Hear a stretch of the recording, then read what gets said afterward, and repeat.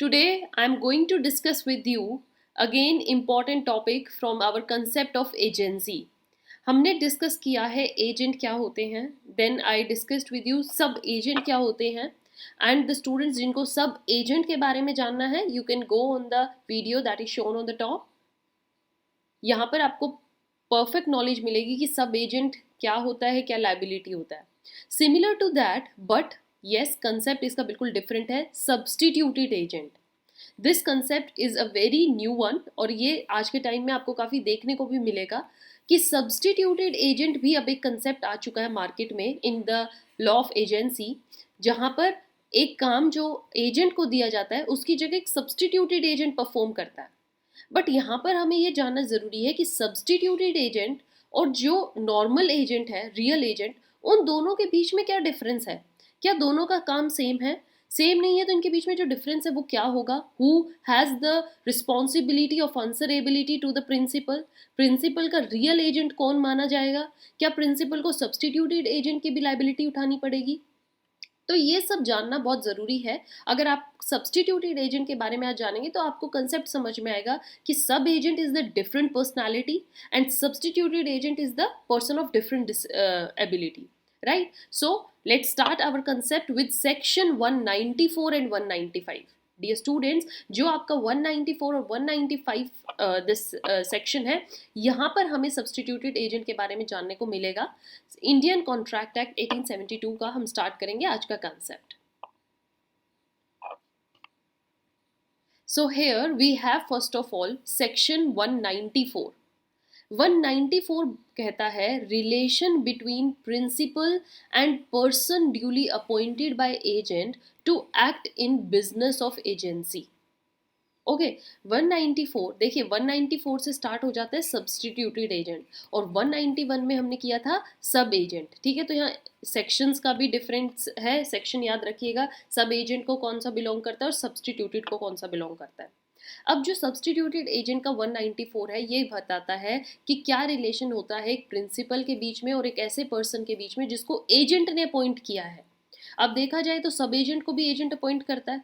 क्या ये सेम बात कही गई है? नहीं. देखिए, वेयर एन एजेंट, यहाँ पर मेन चीज क्या है कि होल्डिंग एन एक्सप्रेस और इम्प्लाइड अथॉरिटी, उसको प्रिंसिपल के द्वारा ये ड्यूटी मिली गई है, ये अथॉरिटी मिली गई है कि तुम्हें एक काम करना है. क्या काम करना है कि एक ऐसे आदमी का मुझे नाम बताओ, अनदर पर्सन का, जो मेरे लिए काम करे, जो प्रिंसिपल के लिए काम करे in the business of agency. Right, मतलब कि सपोज ये प्रिंसिपल है और प्रिंसिपल का एक एजेंट है. अब प्रिंसिपल ने एजेंट को काम दिया है कि भैया मुझे एक ऐसे पर्टिकुलर पर्सन का नाम बता जो मेरे लिए काम करेगा. ये एजेंट को काम प्रिंसिपल ने दिया है, तो प्रिंसिपल ने जो काम दिया ये तो इसका एजेंट हुआ ही, बट एजेंट को भी एक ऐसे एजेंट का नाम देना है जो प्रिंसिपल के लिए एजेंसी का काम करे. अंडरस्टूड. एंड इफ अगर ये एजेंट ऐसे किसी पर्सन का नाम बता देता है, मतलब has named another person accordingly, तो जो ये पर्सन होता है ना, इसको बोला जाता है क्या? Substituted agent. राइट स्टूडेंट्स, इस पर्सन को बोलता है सब्सटीट्यूटेड, मतलब जिसको सब्सटीट्यूट किया है एजेंट ने, सब्सटीट्यूटेड एजेंट. राइट, तो ये जो पर्सन है जिसका नाम लिया गया है, such person is not a sub agent.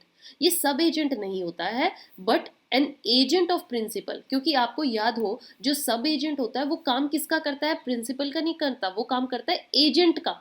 But यहाँ पर जो सब्सटीट्यूटेड एजेंट होगा ये काम एजेंट का नहीं करेगा, ये काम करेगा प्रिंसिपल का. डिफरेंस समझ में आया? Right, so that will not be a sub agent but the agent of principal का ही वो एजेंट रहेगा for such part of business of agency जो उसको काम दिया जाएगा as entrusted to him. Right, अब हम ये समझते हैं इलस्ट्रेशन से ताकि आपको कंसेप्ट परफेक्टली समझ में आए. ए डायरेक्ट बी. ओके, ये सपोज कीजिए जो प्रिंसिपल हमारा है वो ए पर्सन है. ए जो है बी को काम देता है. क्या काम देता है? To sell his estate by auction. भाई मेरी एक प्रॉपर्टी है, इसको ऑक्शन में बेच दे. ठीक है, and to employ an auctioneer. But ये काम तू मत कर, इसको बेचने का काम तू एक पर्सन को दे दे जो ऑक्शनियर हो और वो ये मेरा काम करके दे. ठीक है। अब देखा जाए बी ए का एजेंट है, बट बी को ये काम किसी थर्ड पर्सन से करवाना है क्योंकि ए ने बोला है। अब बी यहाँ पर नाम देता है किसका, सी का। ठीक है कि सर मैं एक सी को जानता हूँ पर्सन, वो ऑक्शनियर है और वो हमारी सेल को कंडक्ट करेगा, तो he is given the responsibility of that purpose. Now see यहाँ पर जो है, ही is not a sub agent, but वो क्या है, ए का ही एजेंट बन गया है, वो बिजनेस, वो सेल कंडक्ट करवाने के लिए। Understood dear students? Now, this is section 194 that we discussed right now. Now it's section 195. Section 195 क्या कहता है कि एजेंट्स ड्यूटी इन नेमिंग सच पर्सन, कि एजेंट अगर प्रिंसिपल के कहने पर एक थर्ड पर्सन का नाम अगर दे देता है, सपोज इसने नाम दिया था सी का, जो प्रिंसिपल का ही काम करेगा, तो यहाँ पर ए की क्या ड्यूटी बनती है, क्या रिस्पॉन्सिबिलिटी बनती है। कल सी अगर कुछ गलत करता है या सी से कोई गलती हो जाती है, क्या एजेंट को रिस्पॉन्सिबल ठहराया जाएगा?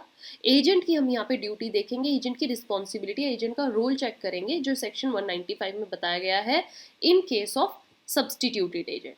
Okay, so 195 clearly says that in selecting such agent for his principal, अगर वो एजेंट अपने प्रिंसिपल के लिए एक पर्सन को सिलेक्ट करता है, जैसे सी को सिलेक्ट किया, तो agent is bound to exercise the same amount of discretion. Agent का यहाँ पर काम बनता है कि वो उतने ही जांच परख से वैसे ही उस पर्सन को चुने जैसे कि वो अपने लिए चुन रहा है।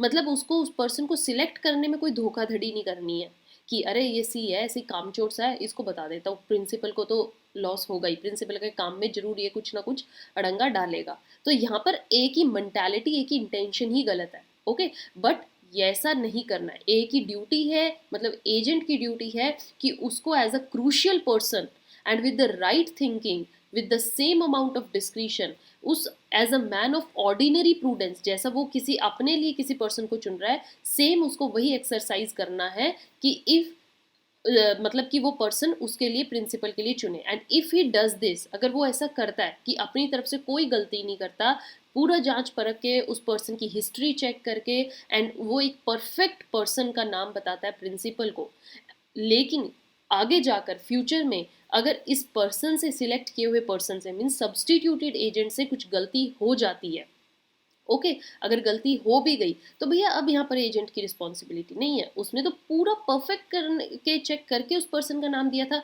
अब वो जाकर फ्यूचर में कोई गलती करे कि मैं तो कर देता हूँ, सारी बात एजेंट पे आएगी, नहीं, एजेंट का कोई गलती नहीं, अब प्रिंसिपल को ही उसका लॉस बियर करना है।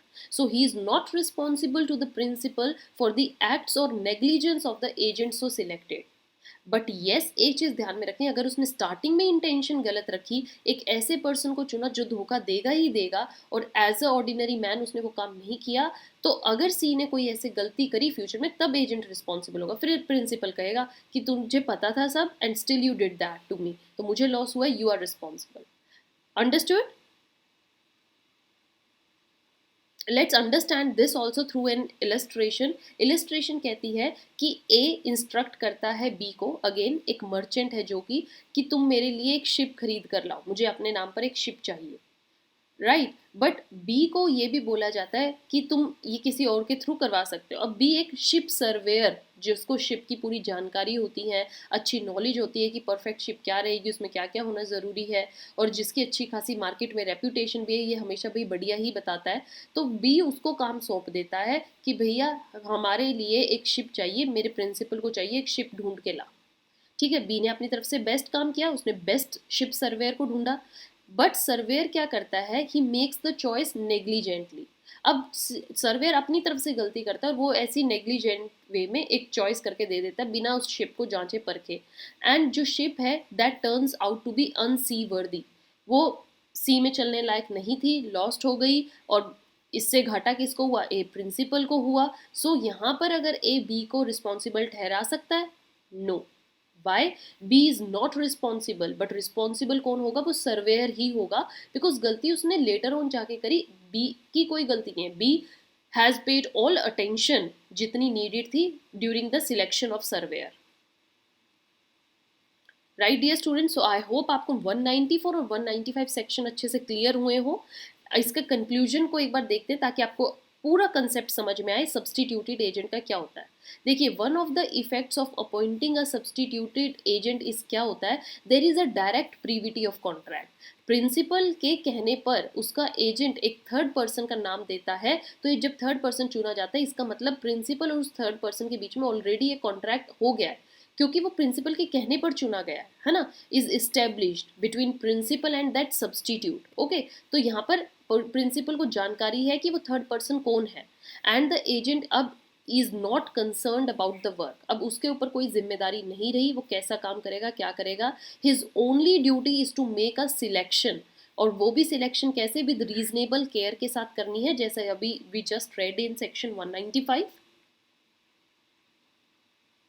And when an agent has an express और इम्प्लाइड अथॉरिटी, कि वो प्रिंसिपल के लिए कैसे पर्सन का नाम दे जो उसके लिए वो बिजनेस कंडक्ट करेगा, और if person name such person, तो वो सब एजेंट नहीं होता, I am again saying, but वो एजेंट प्रिंसिपल का ही हो जाता है जो उस बिजनेस में काम करेगा। So with this, my dear students, this concept of substituted agent is over from my side. If you have still any doubt, you can comment me, you can mail us your queries, doubts. If you need notes for judiciary preparation, MCQs, previous year question, we have a full package. You can mail us and follow us on Telegram. We just created our Instagram channel also. You can follow us there. Learn with Nishman name से ही आपको मिलेगा, और यहाँ पर आपको continuous updates, and yes, we are providing a shorts there जहाँ पर आपको with mini short के साथ पूरी knowledge मिलेगी एक section की, एक particular theme की। Thank you.